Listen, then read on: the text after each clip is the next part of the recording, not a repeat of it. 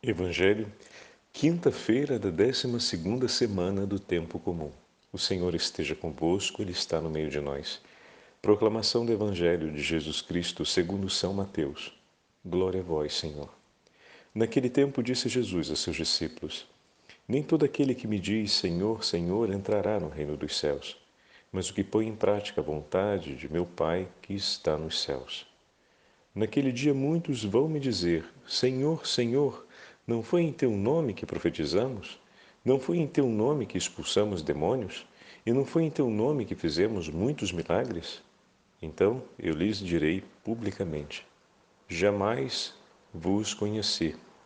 Afastai-vos de mim, vós que praticais o mal. Portanto, quem ouve estas minhas palavras e as põe em prática é como um homem prudente que construiu sua casa sobre a rocha. Caiu a chuva, vieram as enchentes, os ventos deram contra a casa, mas a casa não caiu, porque estava construída sobre a rocha. Por outro lado, quem ouve estas minhas palavras e não as põe em prática é como um homem sem juízo, que construiu sua casa sobre a areia.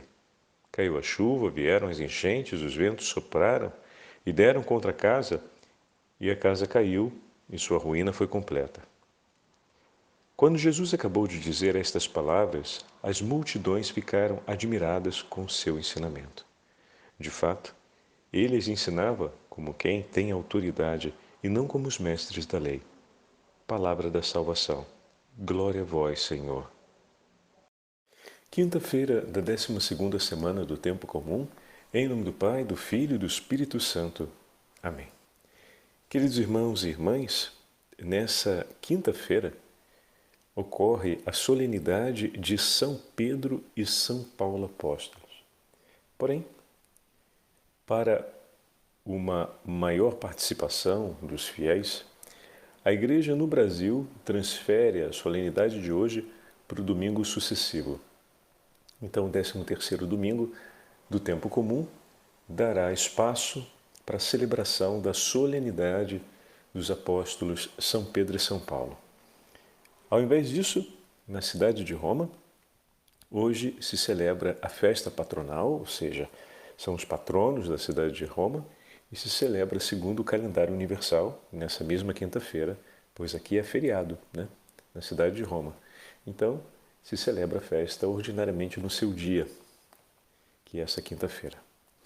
O Evangelho para nós, que nos é entregue na sequência do Tempo Comum para essa quinta-feira, é a continuação do 7º capítulo do Evangelho de São Mateus. E as palavras de Jesus são muito significativas para que nós possamos compreender duas coisas. A primeira, que o nome de Jesus tem poder. E a segunda, a comunhão se dá pela prática dos ensinamentos do Senhor. Na primeira apelação, quando digo apelação é porque o Evangelho se baseia numa afirmação escatológica de Jesus. Naquele tempo disse Jesus a seus discípulos: Nem todo aquele que me diz Senhor, Senhor entrará no reino dos céus, mas o que põe em prática a vontade do meu Pai que está nos céus. Naquele dia muitos vão me dizer, então ele faz aqui a referência ao dia do juízo, né? Senhor, Senhor, não foi em teu nome que profetizamos? Não foi em teu nome que expulsamos demônios? E não foi em teu nome que fizemos muitos milagres? Então, os 3 sinais messiânicos, né, que foram cumpridos. De fato, diante do nome de Jesus, todo joelho se dobrará. O Senhor tem o poder de inspirar até as pedras a profetizarem, né? Se as vozes se calarem, as pedras profetizarão. Ao mesmo tempo, o Senhor tem o poder de fazer nova todas as coisas e o poder de agir como e onde Ele quiser. Então, tendo claro, muito bem claro isso, o que o Senhor espera de nós? Ele espera que nós ouçamos a sua palavra e, acolhendo essa palavra em ato de obediência, façamos a escolha de praticá-la, de transformar em vida aquilo que o Senhor nos entregou em palavras. Então esse é o elemento chave da comunhão com Cristo.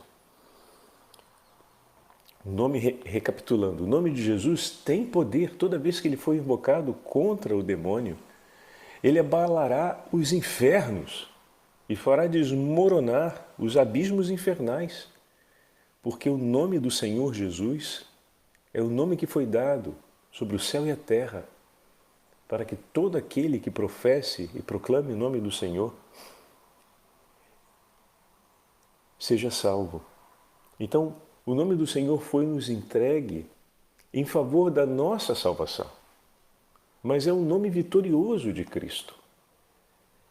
E a proclamação do nome do Senhor é a ruína das forças infernais. Então, proclamar o nome do Senhor contra as forças infernais terá sempre o efeito, porque as forças infernais sabem o poder desse nome e quem é invocado quando se repete o seu nome. Mas o problema é que não quer dizer que aquele que invoca o nome de Jesus está disposto a praticar as palavras de Jesus e segui-lo em seus ensinamentos. Aqui é o elemento da comunhão, está aqui. Assim como os milagres realizados por Deus em favor dos homens, ou seja, os milagres são realizados para testemunhar o nome do Senhor, para levar os homens a renovarem a sua fé no Filho do Deus vivo, para que se conheça quem é o Deus Altíssimo e para que seja possível dar glória ao seu santo nome. Então os milagres também cumprem uma função de trazer para junto de Deus cada um dos homens. Não é sem razão que ouvimos constantemente na Sagrada Escritura que diante dos milagres realizados por Jesus, a multidão glorificava o nome do Senhor. Porém, os evangelistas deixam muito claro que glorificar o nome do Senhor diante do milagre não é tudo.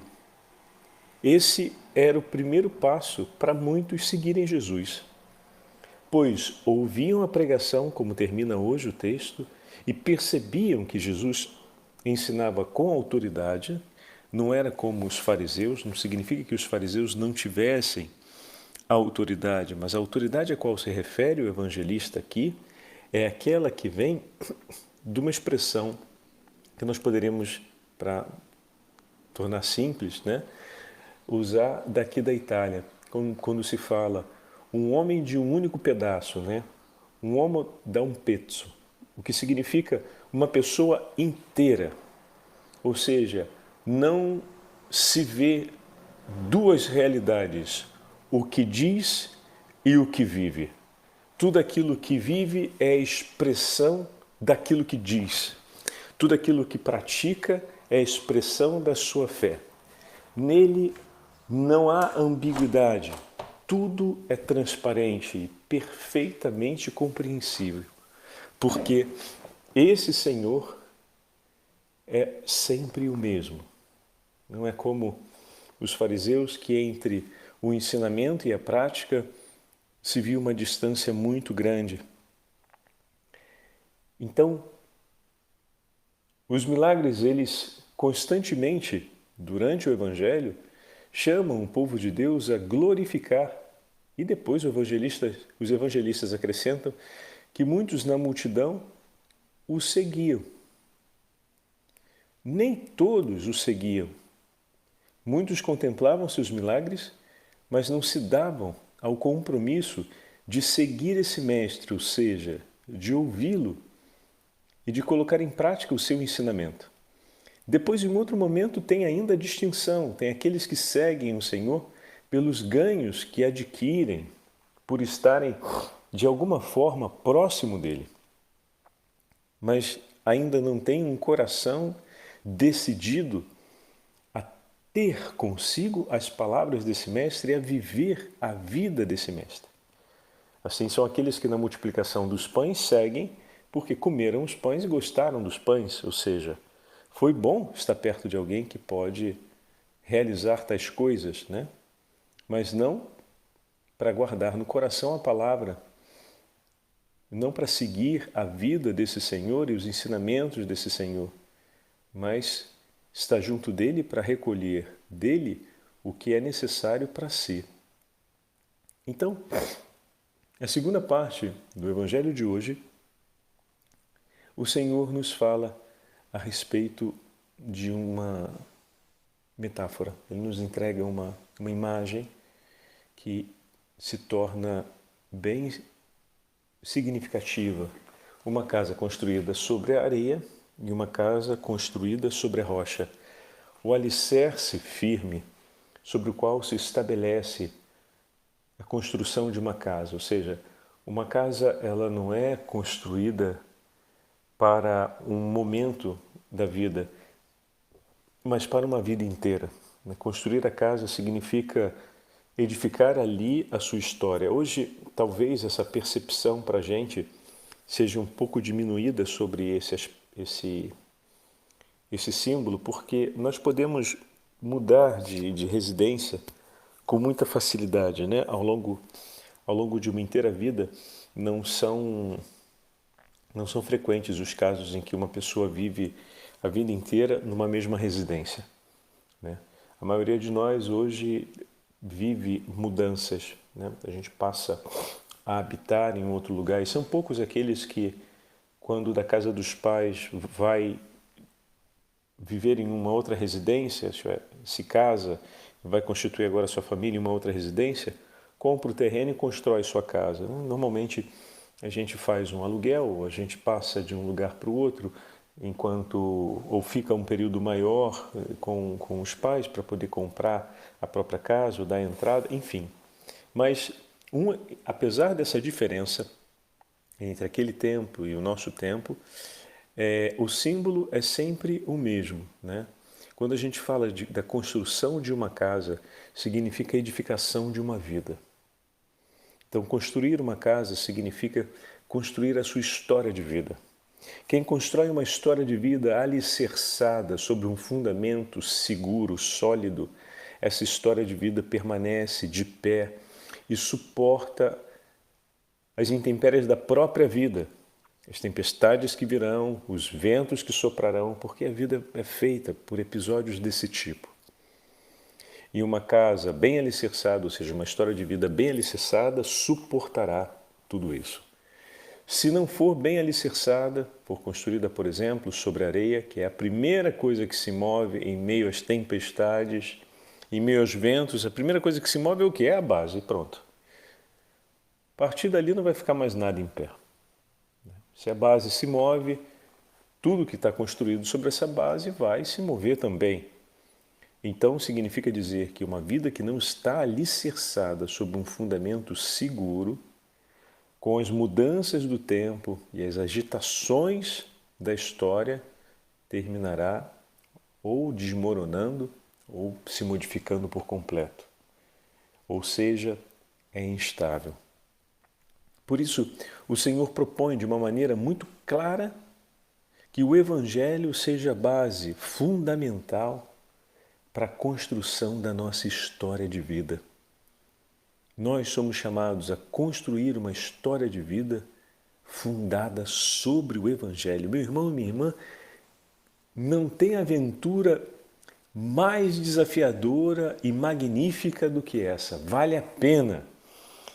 A gente, pelo menos quando eu era garoto, né, a gente pensava em viver uma vida que fosse muito desafiadora, fosse uma aventura. É muito comum que os meninos, quando pequenos, pensem em ser bombeiro, em ser policial, ou em ser médico, ou então em fazer alguma coisa que é sempre desafiadora, né? Hoje muitos falam de ser jogador de futebol, também se a gente olha por um certo aspecto, não é só a ideia de uma gratificação voltada sobre si mesmo, né? Mas de viver um desafio, não é nada fácil.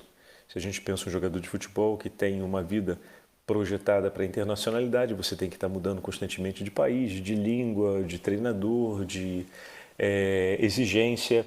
Tudo bem, é um horizonte muito mais concentrado sobre si mesmo do que sobre o outro. Isso é verdade, porque quando a gente pensava em ser bombeiro, ou pensava em ser policial, ou pensava em fazer algum outro tipo de serviço dessa natureza, a gente estava sempre evidenciando o cuidado do outro, né? Então, o policial era para proteger, o bombeiro era para ajudar, o médico era para cuidar, até mesmo pensar em trabalhar com caminhão, né? Que era para levar as coisas para as pessoas, porque as pessoas precisam daquilo. Mas o jogador de futebol vai fazer o quê, né? Pela alegria da torcida? Normalmente é por si mesmo, né? Então tem uma pequena diminuição aqui sobre esse... também para se considerar, né? Eu digo pequena porque no primeiro olhar parece que isso é evidente, mas depois, talvez, analisando, a gente encontra aqui um valor de uma grandeza, ou seja, um valor mais elevado, numa estima do próximo, mas eu tenho minhas dúvidas, né? Se está presente mesmo. Pode ser que esteja, a gente precisaria olhar com calma. Então, o que acontece é que quando a gente pensa, normalmente, o horizonte da nossa vida, quando somos pequenos, pensamos como algo que seja desafiador, algo que seja provocador sobre o ir para além de si mesmo, dar mais de si. E lhe asseguro, não tem nenhuma proposta de vida mais desafiadora do que o Evangelho na hora de dar mais de si mesmo. Nenhuma possibilidade ou projeto, mesmo que seja ele de ordem vocacional, profissional, vai ser mais desafiador do que aquilo que nos pede o Evangelho, que é não viver mais para si mesmo, mas por amor a Deus e em amor a Ele, entregar a vida pelos nossos irmãos. Nada mais desafiador do que isso. Então vale a pena que esse seja o alicerce da nossa vida. Uma vida vivida sob essa verdade, uma vida vivida com esse fundamento, uma vida vivida desse modo. E aqui não é só apenas eu escolho o modo e depois vou ver no que vai dar, não, hein? Porque tem toda a graça do céu em nosso favor, tem as promessas do Senhor em nosso favor. Então é uma vida extremamente ousada e desafiadora, mas, poxa, você tem a certeza que todos os recursos que você vai precisar para dar certo vão ser colocados a teu favor. Uma coisa seria pensar um projeto com essa envergadura e dizer, bom, vamos ver no que vai dar. Aí pode até dar um frio na barriga e alguém falar, bom, vamos tentar moderar, vamos ponderar aqui, vamos diminuir um pouquinho, vamos colocar essas margens um pouco mais claras, porque a gente não sabe se isso vai dar certo. Agora, toda uma outra coisa é você ter infinitas promessas do teu Senhor e o teu Deus, quem te apresenta esse projeto, que diz, eu vou estar do teu lado. E eu vou dispor tudo em teu favor para dar certo. E aqui eu faço um puxado já para o nosso domingo. Quem poderia imaginar que São Paulo, naquele tempo, teria feito a grande obra de anúncio do Evangelho que ele fez? É uma coisa fabulosa. E o que São Pedro Apóstolo fez também é fabuloso. Fabuloso. Se não tivesse a mão de Deus por eles, eles não teriam vivido ao extremo esse propósito tão desafiador da vida cristã e tão revolucionário para o mundo inteiro. Então vejam, olhem o testemunho dos apóstolos e vejam como o Senhor foi e é por nós um socorro. Como Ele vem em nosso auxílio, como Ele dispõe todos os bens, todas as graças, todos os meios e todos os dons que são necessários a fim de que realmente se cumpra esse grande e ousado projeto de vida. Vale a pena estabelecer a vida sobre esse fundamento. Vale a pena viver sobre essa estrada. Vale a pena entregar sua vida por amor a Cristo, tendo o fundamento como o Evangelho. Por isso peçamos ao Senhor, pela intercessão dos santos apóstolos, que nós possamos ouvir e, ouvindo, possamos escolher viver o que o Senhor nos ensina no Evangelho e, vivendo, possamos glorificar a Deus pela certeza do seu amor e do seu socorro, pela certeza de que estamos em suas mãos e Ele conduz os nossos passos. O Senhor esteja convosco, Ele está no meio de nós. Pela intercessão dos santos apóstolos do Senhor e pela intercessão da Beatíssima Virgem Maria, Rainha dos Apóstolos, abençoe-vos o Deus Todo-Poderoso, Pai, Filho e Espírito Santo. Amém.